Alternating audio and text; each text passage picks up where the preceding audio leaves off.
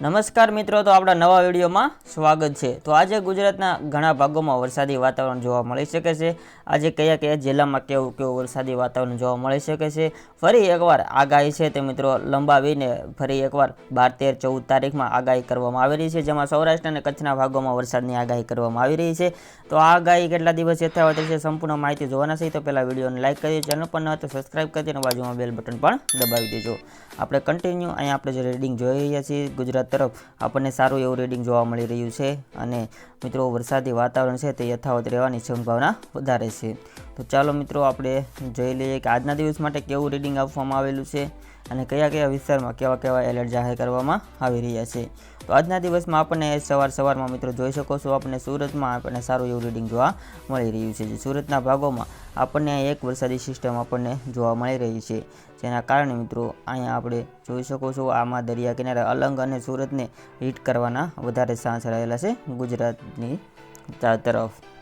તો આગળ થોડું આપણે જોઈએ તો કયા વિસ્તારમાં કેવું આગળના દિવસોમાં વાતાવરણ સર્જાય છે તે પણ આગળની કલાકોમાં આપણે જોઈએ। તો આગળની કલાકોમાં પણ મિત્રો સુરતમાં જ અહીંયા મોસ્ટ ઓફ વધારે જો મિત્રો તમે આપણે જે સાંજનો સમય જતાં અમદાવાદ સાઈડ આપણને સૌરાષ્ટ્ર સાઈડના એરિયામાં અહીંયા ઘણા બધા વિસ્તારોમાં આપણને વરસાદ જોવા મળી રહ્યો છે, જેમાં ભાવનગર, અમરેલી, ગોંડલ, જસદણ, પછી અહીં નીચે અલંગ આવી જાય છે અમોડ, ભરૂચ, રાજપીપળા, પછી ખંભાત, વડોદરા, ચોટીલા, રાજકોટ, બોટાદ, પછી અહીંયા જે છે બોડેલી, પછી તે ઉપરાંત આપણે અહીંયા જોવા જઈએ તો મિત્રો મહુવા, વેરાવળ, જુનાગઢ, અમરેલી આવી જાય છે, ભાવનગર આવી જાય છે, જસદણ, અહીંયા દીવ આવી જાય છે, નીચે પોરબંદર, ભાનવડ, પછી જસદણ, જે મિત્રો આટલા બધા વિસ્તારમાં અને ઉપર રાજકોટ, ચોટીલા, જામનગર, સાયલા, ભાનવડ, જસદણ, બોટાદ, સુરેન્દ્રનગર, મોરબી, પછી મિત્રો આવી જાય છે ધોલકા, પછી અહેમદાબાદમાં વિરમગામ, નડિયાદ, પછી અહીંયા લુણાવાડા, ગોધરા, દાહોદ, બધા વિસ્તારમાં મિત્રો અત્યારે વરસાદી વાતાવરણ આપણને આજના દિવસમાં જોવા મળી શકે છે। કચ્છના ભાગોમાં આપણને વાતાવરણ જોવા મળતું નથી, કચ્છના ભાગોમાં આજે સામાન્ય વાતાવરણ રહેવાની સંભાવના રહેલી છે। તો આગળના દિવસોનું પણ તમે રીડિંગ મિત્રો જોતા જાઓ, ત્યાં સુધી આપણે હવામાન વિભાગે આજ માટે કરેલી આગાહી પણ આપણે એક નજર જોઈ લઈએ। બાકી ગુજરાતભરમાં, ભારતભરમાં આપણે જે સિસ્ટમો છે તે સક્રિય આપણને જોવા મળી રહી છે। તો આપણે આજે મિત્રો હવામાન વિભાગ દ્વારા જે આગાહી કરવામાં આવી છે તેની ઉપર આપણે પહેલાં એક નજર નાખી લઈએ। તો અમદાવાદ દ્વારા આગાહી કરવામાં આવી રહી છે।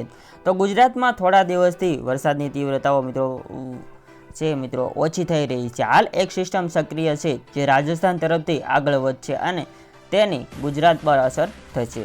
રાજ્યમાં 17મી જુલાઈ સુધીમાં વરસાદ રહે તેવી શક્યતાઓ છે।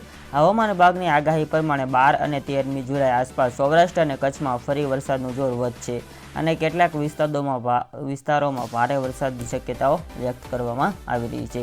સૌરાષ્ટ્રમાં દેવભૂમિ દ્વારકા જે મિત્રો છે, દેવભૂમિ દ્વારકા, અમરેલી, ભાવનગર, પોરબંદર સહિતના વિસ્તારોમાં વરસાદ પડી શકે છે। તો આજે આપણે જાણીએ કે આગામી દિવસોમાં ક્યાં જે છે વિસ્તારોમાં વરસાદ પડવાની હવામાન વિભાગે હવામાન નિષ્ણાત પરેશ ગોસ્વામીએ આગાહી આપી છે। તો હવામાન વિભાગના આચાર્ય જે મિત્રો અમદાવાદના કેન્દ્રના મોસમ ડાયરેક્ટર રામચંદ્ર યાદવે શનિવારે જણાવ્યું છે કે મોન્સૂન ટ્રક પસાર થતાં રાજ્યમાં ભારેથી ભારે વરસાદની આગાહી કરવામાં આવી રહી છે। તો આ સાથે જ થંડરસ્ટોર્મની પણ આગાહી કરવામાં આવી રહી છે। તો મિત્રો રાજસ્થાનથી એક સિસ્ટમ પસાર થઈ રહી છે, જેના કારણે પાછું ફરી એકવાર ગુજરાતમાં જે છે તે હવામાન વાતાવરણ જે મિત્રો જોવા મળી રહ્યું છે। વચ્ચે તો આપણને ખાલી ક્લીન વાતાવરણ જોવા મળતું હતું, પણ રાજસ્થાનથી આ બાજુથી એક સિસ્ટમ આપણને જોવા મળી રહી છે। તો મિત્રો તેની અસર આપણને ગુજરાત તરફ જોવા મળી રહી છે, એટલા માટે આપણામાં ફરી આવનારા જે મિત્રો 12, 13 તારીખમાં ફરી આપણને વરસાદી વાતાવરણ જોવા ચાલુ થઈ ગયું છે। નકર તો મિત્રો આપણને 19 તારીખ સુધીની આગાહી આપવામાં આવી હતી કે 19 તારીખ સુધી હવામાન સૂકું રહેશે અને પછી આપણને વરસાદી વાતાવરણ જોવા મળી શકે છે, પણ એવું અત્યારે નથી થયું। હવામાન વિભાગની આગાહી મુજબ આજે રવિવારે 13 જુલાઈના રોજ અરવલ્લી અને મહીસાગર જિલ્લામાં અતિ ભારે વરસાદ સાથે ઓરેન્જ એલર્ટ આપવામાં આવી રહ્યું છે। તો મિત્રો આ બાજુ છે તે મિત્રો જે આ બાજુ આપણને અતિ ભારે વરસાદનું એટલે અહીંયા ઓરેન્જ એલર્ટ આપણને જાહેર કરવામાં આવી રહ્યું છે, એટલા વિસ્તારમાં ઓરેન્જ એલર્ટ આપણને જાહેર કરવામાં આવી રહ્યું છે। સાથે મિત્રો જોવા જાય તો અતિ ભારે સાથે ઓરેન્જ એલર્ટ જાહેર કરવામાં આવ્યું છે અને જે મિત્રો અમરેલી, ભાવનગર, ખેડા, આણંદ, પંચમહાલ, દાહોદ, બનાસકાંઠા, સાબરકાંઠા જિલ્લાઓમાં ભારે વરસાદ થવાની આગાહી યલો એલર્ટ આપવામાં આવ્યું છે. મિત્રો બીજા પણ ઘણા બધા વિસ્તારોમાં, એટલે કે જોવા જઈએ તો હું ડોટ કરી નાખું, હવે સર્કલ લઈ લઈએ એટલે ખબર પડી જાય. પહેલાં આપણે થોડુંક આગળ લઈ લઈએ અને પછી આપણે સર્કલ જોતા જઈએ. તો આપણને જોવા જઈએ તો અહીંયા પછી મિત્રો અહીંયા પછી અહીંયા આટલા વિસ્તારોમાં આપણને છે તે મિત્રો યલો એલર્ટ આપણને આપવામાં આવી રહ્યું છે. એટલા વિસ્તારમાં પણ ભારે વરસાદ થવાની શક્યતાઓ હવામાન વિભાગ દ્વારા વ્યક્ત કરવામાં આવી રહી છે. તો આગળના દિવસોનું જોવા જઈએ તો હવામાન વિભાગે આગાહી પ્રમાણે 14 અને 15મી જુલાઈના રોજ ઉત્તર ગુજરાતના 10 જિલ્લાઓમાં યલો એલર્ટ તથા ઓરેન્જ એલર્ટ જાહેર કરવામાં આવ્યું છે.